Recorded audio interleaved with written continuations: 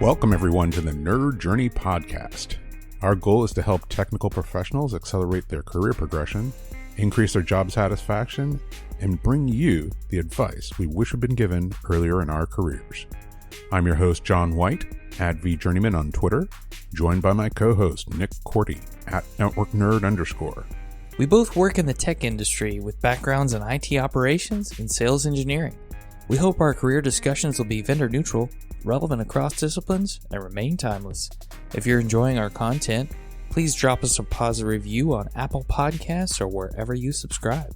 And if you want to get in touch with us, tweet or DM at Nerd Journey. Ultimately, we're just two nerds on a journey. A journey to career enlightenment. So let's take a trip. We also wanted to mention that our second site, graph.nerd-journey.com, is also live. That's the knowledge graph and linked notes version of our main page's show notes that we developed to make it easier to explore our episodes, guests, and topics. You've reached us at episode 235, and that means we're after something new, a new series of episodes, shockingly, in two parts. This is the start of a series of episodes with Al Elliott. He's a business owner, an entrepreneur, and the co-host of the Truth, Lies, and Workplace Culture podcast with his wife, Leanne.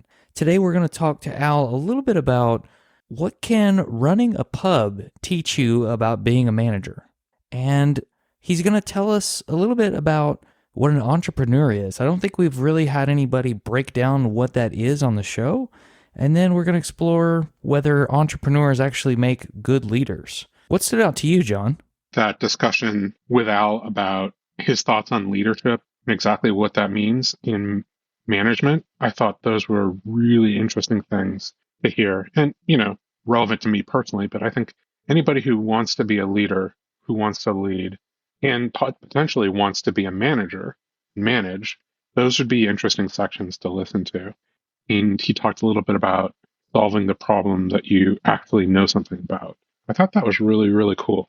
Let's get right to episode 235, part one of our conversation with Al Elliott.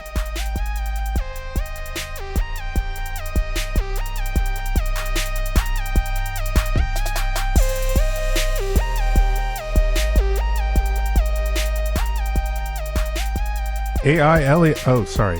I'm reading that wrong. Al Elliott, welcome to the Nerd Journey Podcast. Thank you so much for introducing me and for inviting me. This is cool. I'm a big fan. Thanks a lot for joining us. Can you tell us a little bit about who you are and what you do, just as an introduction? Yeah. So my name's Al, and I'm a business owner. I'm also one half of the podcast Truth, Lies, and Workplace Culture. And my background is generally marketing consultancy and also building businesses. But of late, in the last sort of year, I seem to have been putting my entire time into building this podcast, Truth, Lies, and Workplace Culture, with my wife, who is a bona fide expert, and I am not. And it's been a really cool journey and really just interesting to learn a bit more about the podcasting world. And also, it's just opened up so many different opportunities for meeting people I wouldn't otherwise have met, like you guys. So I suppose at this point in time, I probably would describe myself as a podcaster rather than actually a marketing owner or a business owner, but I suppose I am all three. I think that you're being very generous by saying a highlight is meeting us, but I really do appreciate that. Yeah, very kind of you. How did your career get started, do you think? Usually it's fits and starts, but we'd love to hear your story. I think it's with a question like that, it's kind of tough because you don't know how much to go into it. So I'll give you sort of very high level. Sure.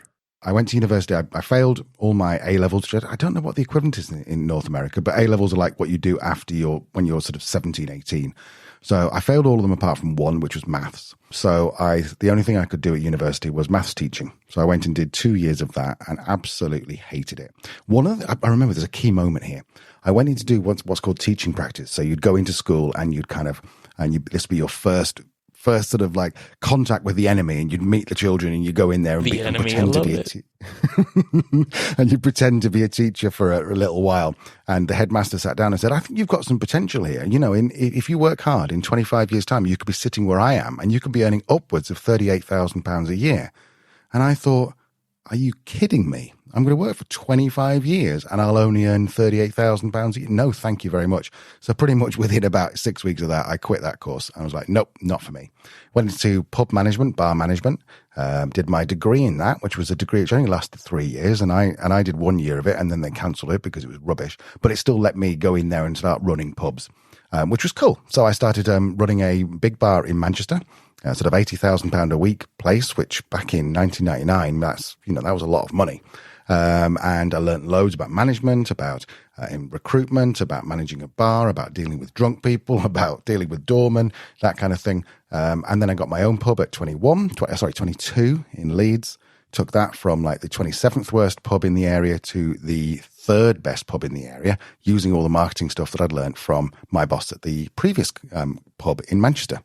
And I was like, I'm on top of the world. This is brilliant. And then money started going missing. And long story short, I got sacked because they thought I was taking the money, even though I rung them up and said, there's money going missing. I don't know where it's going. And so I got sacked. So there I was at like 22, qualified, did my degree in pub management. I'd got some great results in pub management and I didn't know what to do. And I'm like, what do I do now? So I got the only job that would take me, which was working commission only door to door. And so I did that for about a year. That was simultaneously the best and worst thing that has ever happened to me, because you learn lots of ways in which people can tell you to go away, most of which I wouldn't be able to repeat on this podcast. But it did help me to learn about sales and people and how to deal with people and how to knock on someone's door and basically just get their attention. And, you're someone who's unwanted.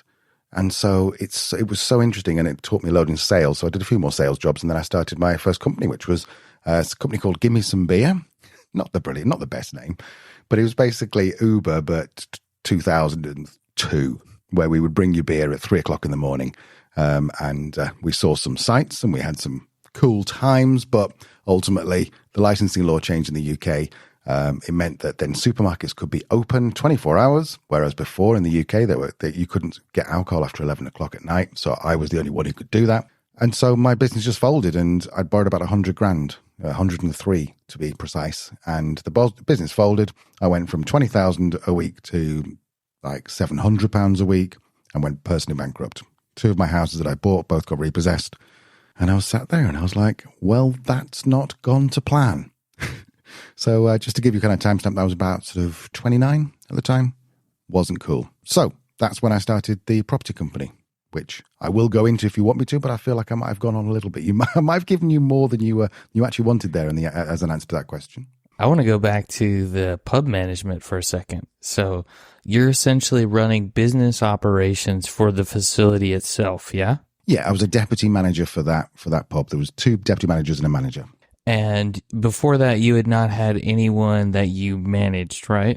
Not really. I'd worked like at weekends and nights in a bar, and I was experienced enough to be able to tell someone who was a year younger than me what to do. But no, I hadn't really. And I'd done the theoretical stuff at university, but never actually properly managed someone, no. What would you tell someone after having that experience that they need to be able to do when they become a manager of people, wherever they are? Here's what you need to make sure you do that either I didn't learn until later or I figured out eventually. I think the first thing is something not to do, and that is not to treat people you manage as friends. They can be friends, but not primarily, you're not there to be their friend. And also just to be really comfortable in being able to say, please go and do this without having to back it up by saying, please go and do this because this needs doing and this needs doing. And, if you don't do it. And I was so awkward and clumsy when I was managing people because I would be, I was 22 and these kids were like 19 or something. And I was like going, oh, can you please go and clean that table over there because it needs cleaning. I'm like, why have you said that's redundant? It was ridiculous. So I think I didn't have the confidence in myself to just tell people what to do because it needed doing. Now, that said, it's been a long time since I've managed people, and I've learned so much from Leanne. Leanne is an exceptional manager. And there is so much that she puts into management, so much that she dissects every single part of management that I had absolutely no idea. I thought bosses were people who just bossed people around. They went, go and do this and come and get your wages. And I think that if I was to give advice to someone who's a young manager now, I'd say just learn about coaching, learn about people, learn what it is you're doing, because you're not just telling people what to do and sitting in your chair and, playing Snake on your Nokia 8210 as it was back then. It was so much more than that. So I feel like I've not really given you a great answer to that, but I think I would summarize it. As being a boss isn't just telling people what to do. Being a boss is understanding human psychology, is caring about people who you lead. And more important, talking of leading, is just being someone who people want to be around and want to follow, as opposed to standing at the back, shouting at them to go and do things. Does that make sense? Yeah, and I think your answer was a lot better than you thought. How about you, John? Yeah, you said several things there, starting with having confidence to ask people to do things. Obviously, context is sometimes good, but sometimes you just need them to do something and you don't have time to give them context. But I think you also hinted at building that relationship so that you have not just the role power to tell them to do that, but the relationship power where they trust you because you've built up that credibility in the past. And now they see that you just don't have time to do it, or else you would have given them context. That is an excellent summary. And I think you just made me think that a great leader is someone that people who are being led by this person will look around and go, what can I do to get us further, get us closer to where we want to be? So even in the daft example of working behind a bar, if you've got a great leader who's got a great vision and you're on board with that, then you don't even need to be asked to go and clear tables and get glasses and get them all back and go and change a barrel, because you're going, well, this isn't an impediment to where we're going, even on a very, very micro scale. So I'll go off and do it straight away because I want to follow this person. I want this person to lead us towards where we want to go, whether it's like a revenue target, whether it's a growth target, whatever. So I think what you just said there, John, was so insightful and much better than what I said, because you just summed it up perfectly, I think. That's the John White effect.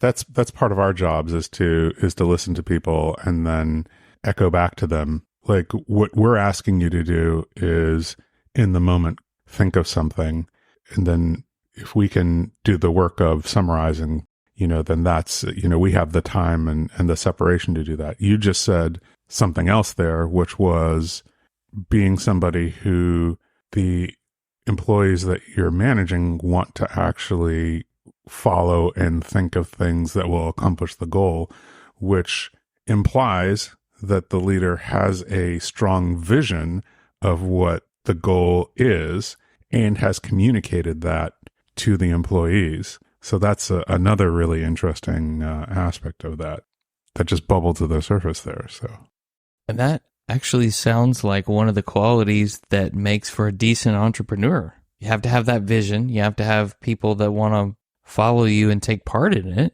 Yeah, I am curious, and I've not read any studies on this. I'm sure there are, whether entrepreneurs make good leaders. I don't know, because the way I look at it, being an entrepreneur, someone once explained to me, entrepreneur, two things I once said. First of all, if you can spell it, you're not one, which made me chuckle. And secondly, was that entrepreneurs, it's like comes from the French or the Latin to take from between or something like that. And I don't know if that's true or not, but I see an entrepreneur as being able to say, there is a problem. I think we can fix it using X. They know at the back of the mind it's probably going to be Y that fixes it, but they won't get to Y until they've done X. And so they go out there and fix things. And as soon as it's fixed, they lose interest. And of course, this is just based on my experience and people who I know who are entrepreneurial, is that when there's no pain, when there's no problems, when they've got to a certain level, they go, okay, I'm out. I'm off to go and do something else because I'm bored. Whereas that's where great leadership will come in. And that's why, an operator or an ops director is fantastic and is necessary for all of the Reid Hoffmans in the world who are going to go off and just find another problem to solve. And the other part of that, I think, with entrepreneurialism is quite interesting, is that I found myself doing it. If you solve a problem and you go, great, everything's working well, then you go and try and start another fire so you can put it out. which is the worst thing you can do as a leader, because you want everyone to be calm and, okay, it's all expected. This is what's going to happen in the next Q2, Q3, Q4. As far as we're concerned about tomorrow, let's go and do something cool. Let's go and poke something till it breaks, and then we can fix it again. At their core, true entrepreneurs are just problem solvers, and they are hopeless human beings, in my opinion. This kind of speaks to something that we just recently had a conversation about, which is the construct of pioneer versus settler versus town planner, which I'm sure you've heard before. But please do explain, because I've heard it, but I don't really understand it. Sure. There's I think the mentality of the pioneer who goes out and is trailblazing and goes out into the wilderness, which is, I think, what you were equating with the entrepreneur. I need to be out there, solving this problem, breaking new ground. And then there's the settler who comes behind and says, oh, you found a place. Let's try to build something here so we can stay. And then there's the town planner, who I think what you were referring to as kind of the professional management, who takes over and builds something sustainable and long-term with, steady growth. I think in this, applying that model to what it is that you're talking about. So a good pioneer doesn't necessarily make a good town planner, because maybe the skills are different. Maybe the mentality is different. For one person to have both sets of skills is probably very possible. It's just, does that one person want to do both? And then there's the settling phase, the in-between phase, where you're transitioning from one to the other. And, sometimes if you don't do that right, you never get to the town. The settlement fails, right? Is that because the pioneer didn't find a good place? Not necessarily. Sometimes, the settlers weren't prepared and didn't do a good job. So, each phase in that model has its own set of skills, its own mentality, and is important.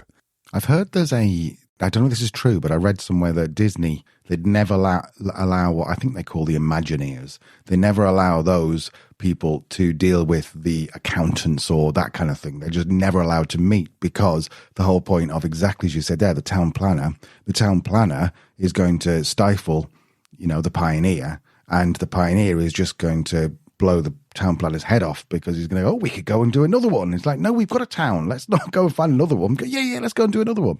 So I think it's I think that analogy is just fantastic, and I've heard people allude to it, but I've never heard it explained like that, and I think it's really cool.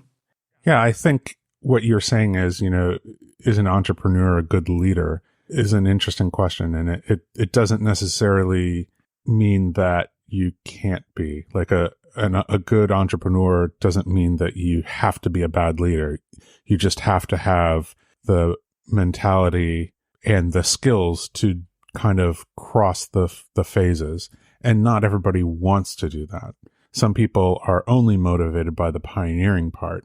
And once things get too settled, they look around and say, actually, I need to get out of here. I need to blaze some more trails. I need to find new wilderness. And that's where they find joy. And, that doesn't mean that they would be bad at being settling or settlers or being bad at being a town planner. It's just not what they're motivated by and what they want to do. And some people cross all phases, right? They love the pioneering, they love the settling, and they love the town planning part. Can those people be as good at all three, as one thing if they just focused on that one thing? Maybe, maybe not.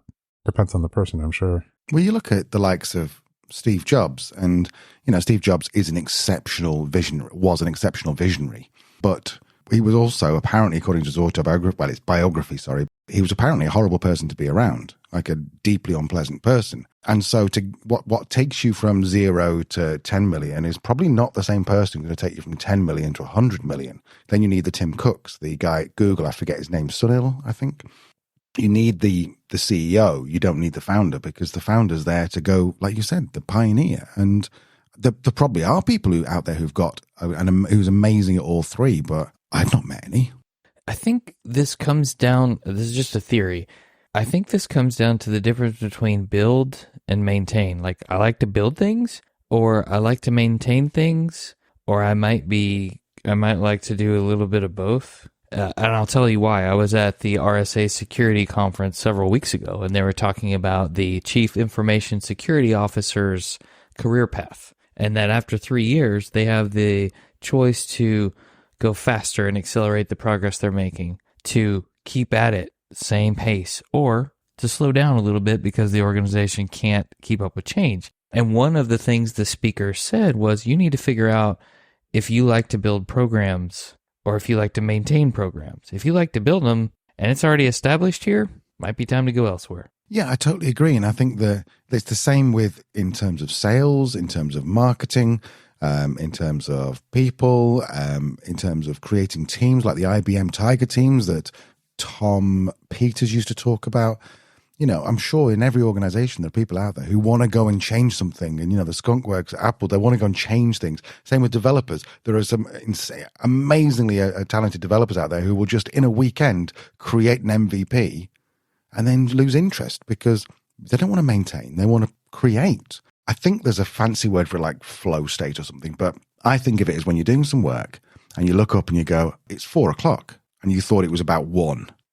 And that time when you're doing that work, if you can look back and if you can recognize when you're doing that, if you can look back at the time where time has just disappeared from you, that's the work you were born to do. That's the work that excites you, invigorates you. Don't try and be the person who builds a company and then leads it through to, you know, Warren Buffett. Fantastic. He's done a great job. But Charlie Munger, I think his business partner, he spends like 8 hours a day reading reports. Don't try and be Charlie Munger if you're a Warren Buffett. Don't try and be a Tim Cook if you're a Jobs. Just understand what you're good at.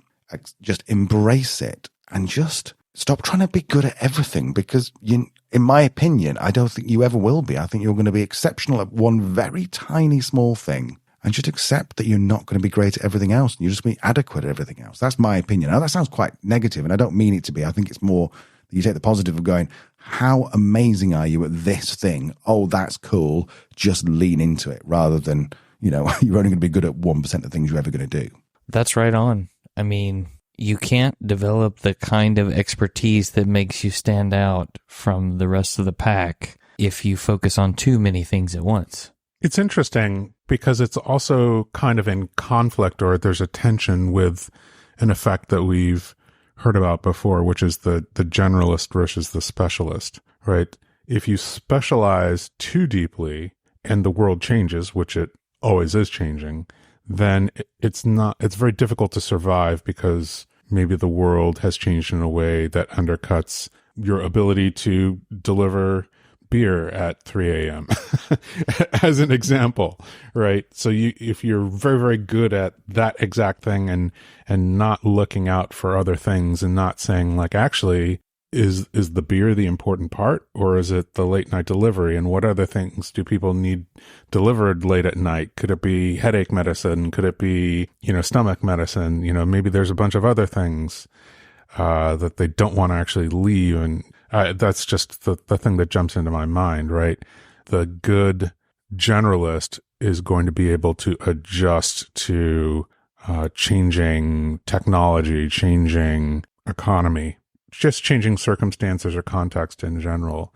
I think that you're right, though. You need to find what it is that you're good at, but that isn't necessarily the same thing as deep specialization in a way that doesn't allow you to adjust. I totally agree. And I think there's so many different examples out there. For example, there's a programming language, I think it's called, I've only ever seen it written down. It's COBOL, I think.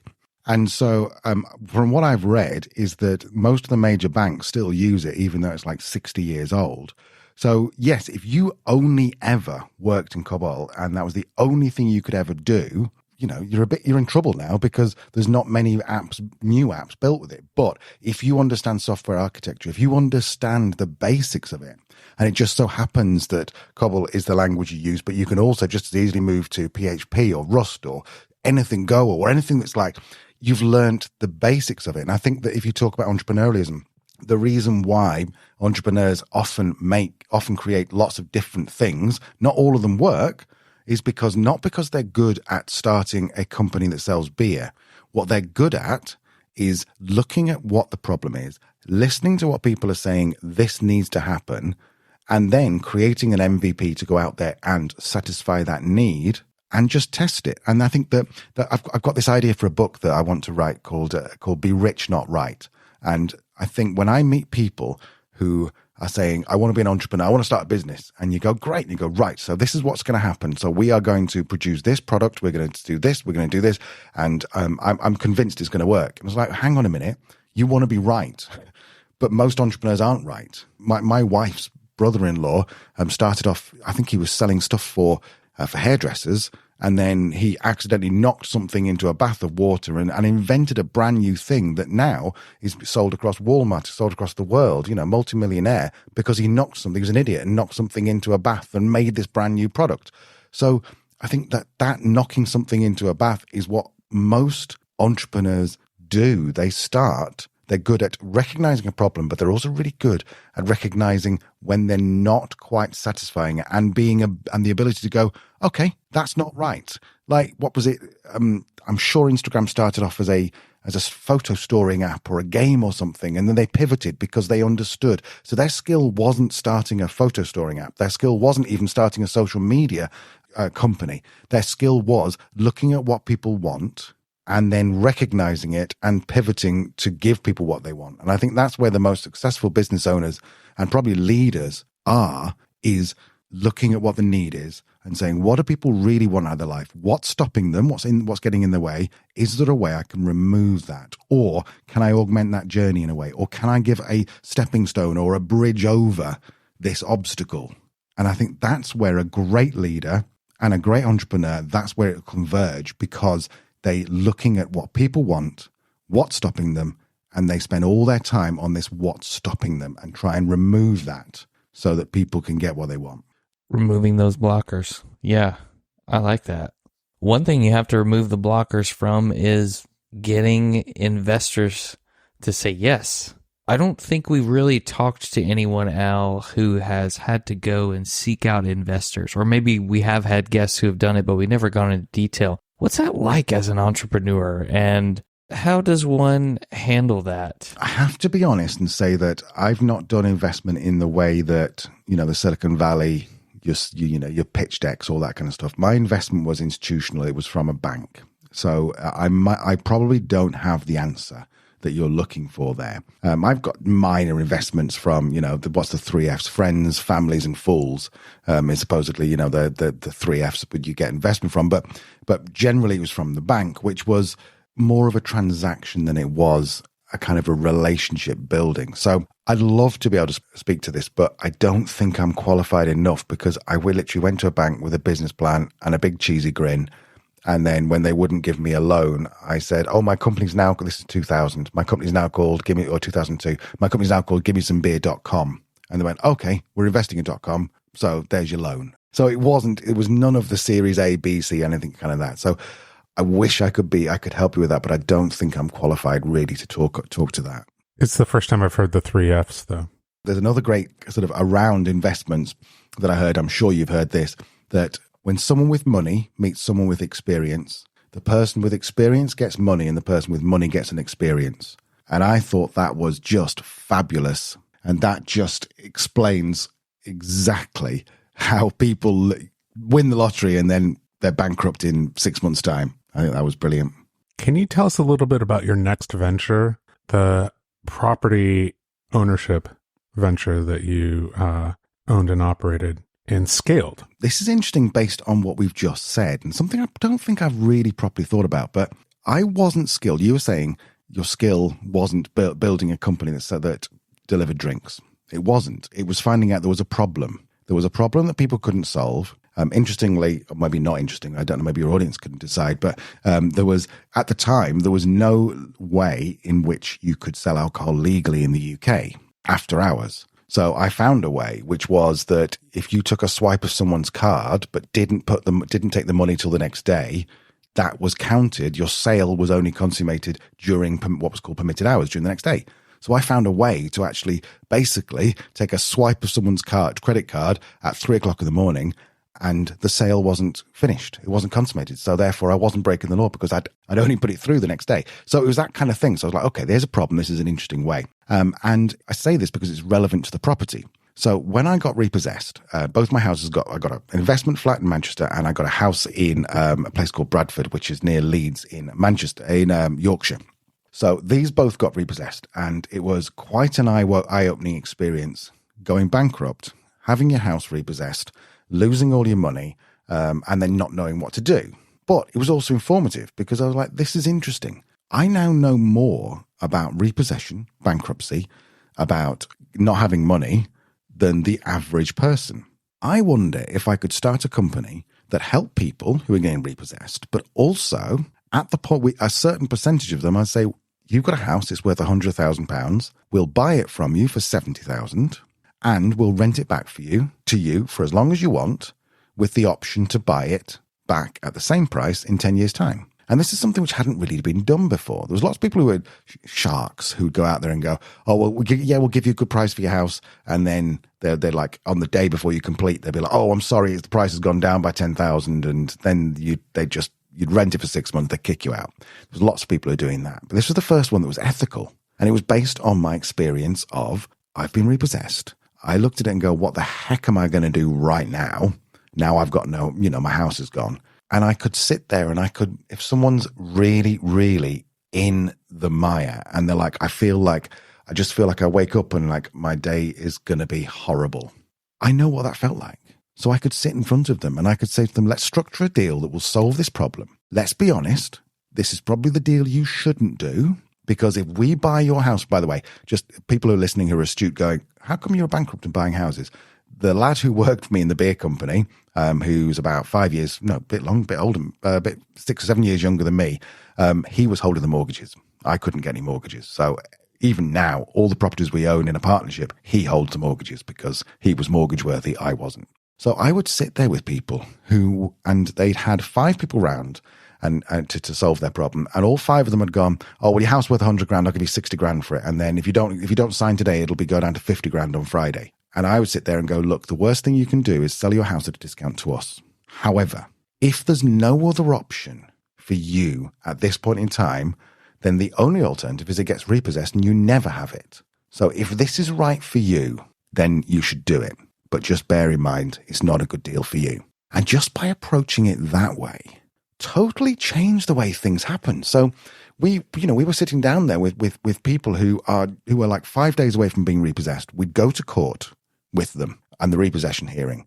And we would talk to the judge and we'd go, look, we're going to buy this house. Please stop the repossession or pause it for 56 days, which is like a legal thing. It's got to be multiple of 28 or something. Please stop it for 56 days. Allow us to do this, to buy this house, to rent it back to them. And then if we've not done it in 56 days, you can repossess.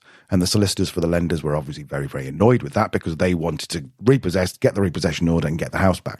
But it was just, again, looking and seeing where's the problem? What do people want? What's stopping them from getting there? Can I create a product or a service that will bridge that or get them over that obstacle? Like you said, Nick, get them over that obstacle. Yes, I can. And can I make it sweet for them by saying they can buy it back for the price that we paid for it? And bearing in mind, if it's $100 grand house and we paid 70 grand for it, they buy it back for 100 grand. They wouldn't buy it back for 70. So we've still got that equity in there, and it was adjusted for house prices and stuff. So we were locking in our equity, and in actual fact, no one's ever bought one back from us. But the way we presented it was very much like, this is a problem. I think we can solve it. This is the fairest I can possibly make it while still making it commercially viable for us to do. And do you want to do it?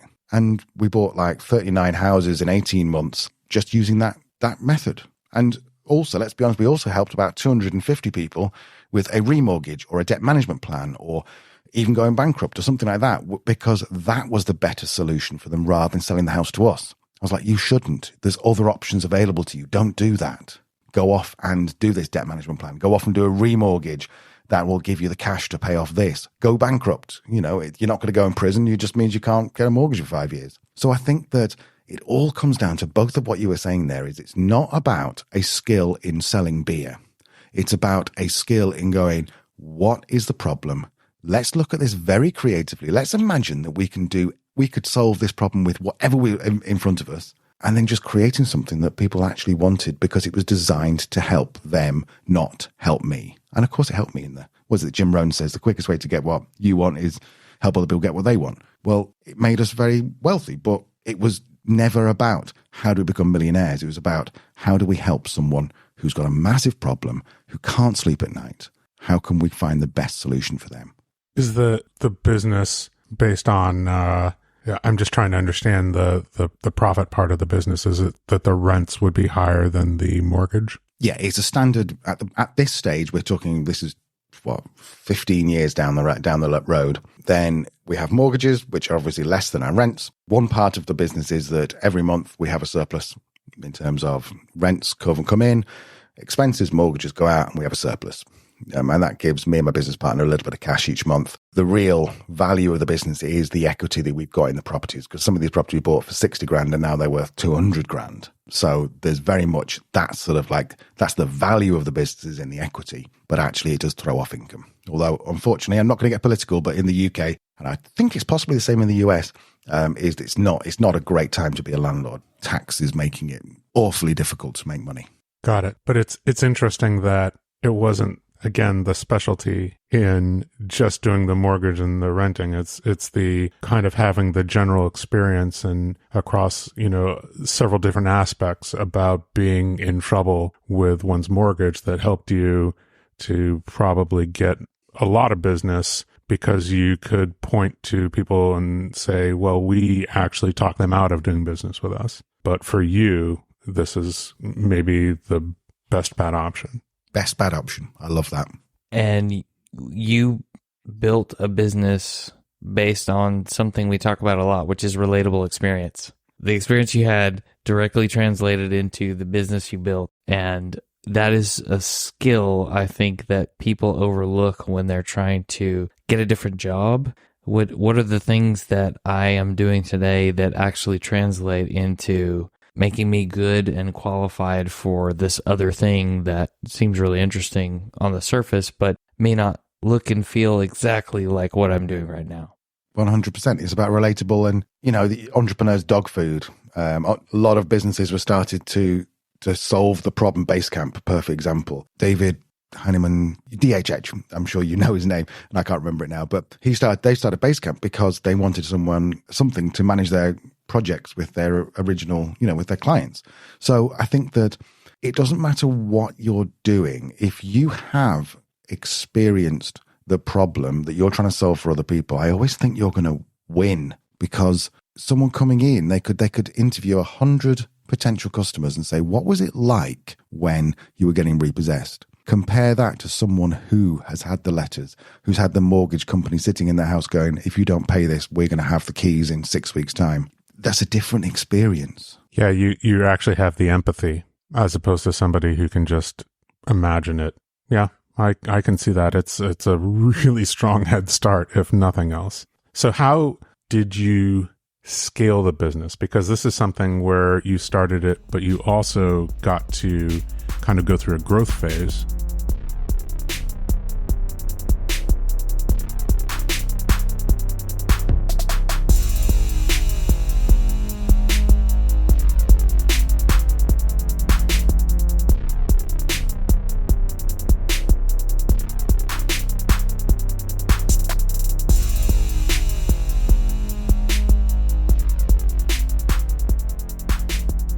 I love the idea of solving a problem in the fairest or most ethical way possible with the end goal of helping others.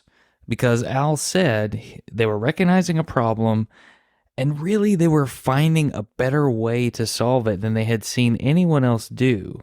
And the reason they were able to execute on that is because he had the experience of being in the situation he was trying to help people get out of.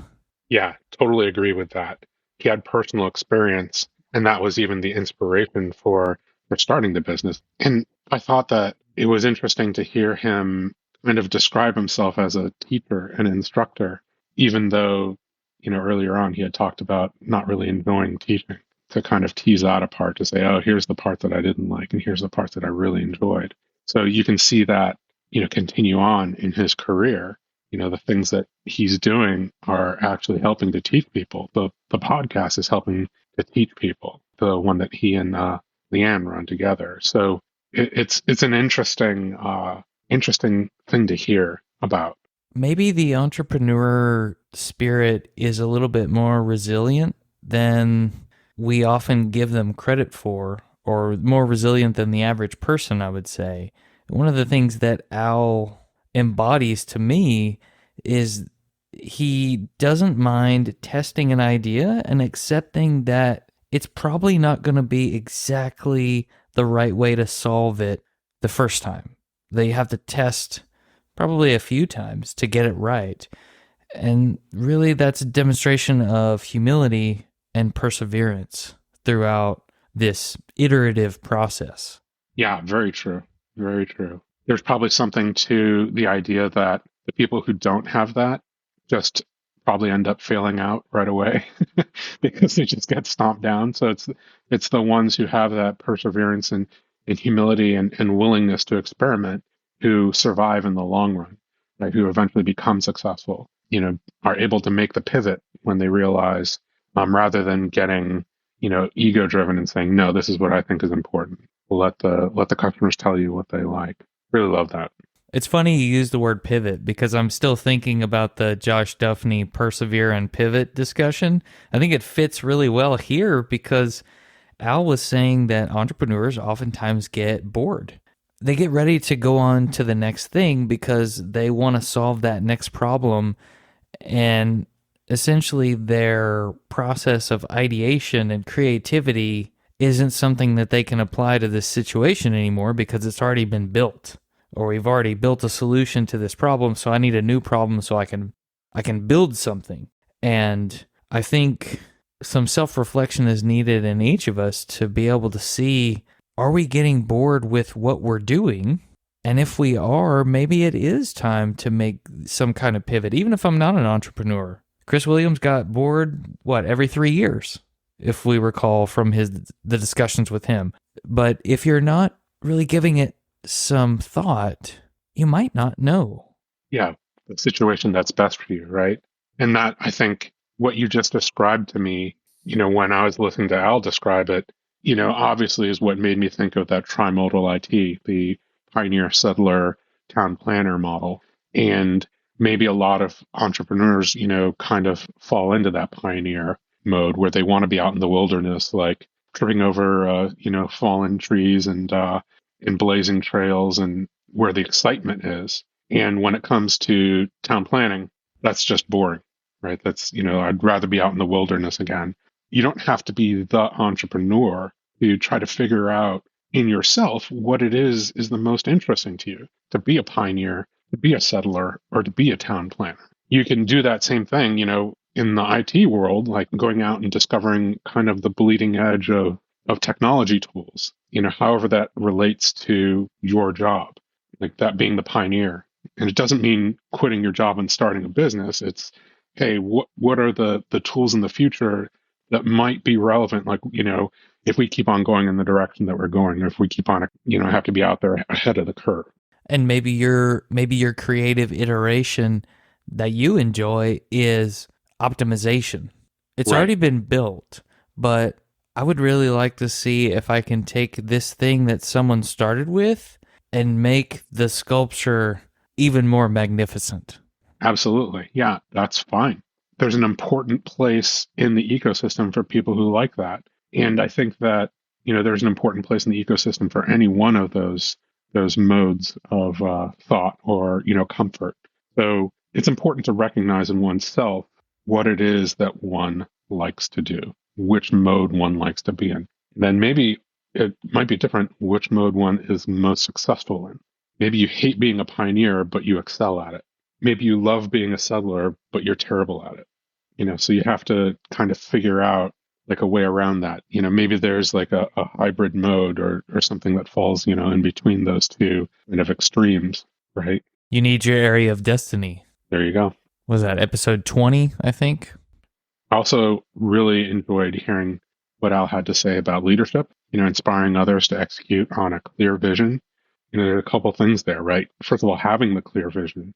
It's either a vision that was, articulated to you as a leader, and you go through the process of clarifying it and polishing it and making it crystal clear, and then are able to articulate that to others and then also inspire them to execute on that vision, right? It's multifaceted, that definition of a leader. Really, really enjoyed that conversation, and I cannot wait to hear the second half. But you're going to have to. But you will have to. Just a reminder, we'd like people to subscribe and give us a positive review on Apple Podcasts or wherever you're listening. We want to know if we're being helpful and are always looking for interesting questions to ponder. We're collectively on Twitter @NerdJourney. Farewell, listeners. Tune in next time as the journey continues. I'm John White @BJourneyman, for Nick Cordy @NetworkNerd_, signing off. Adios.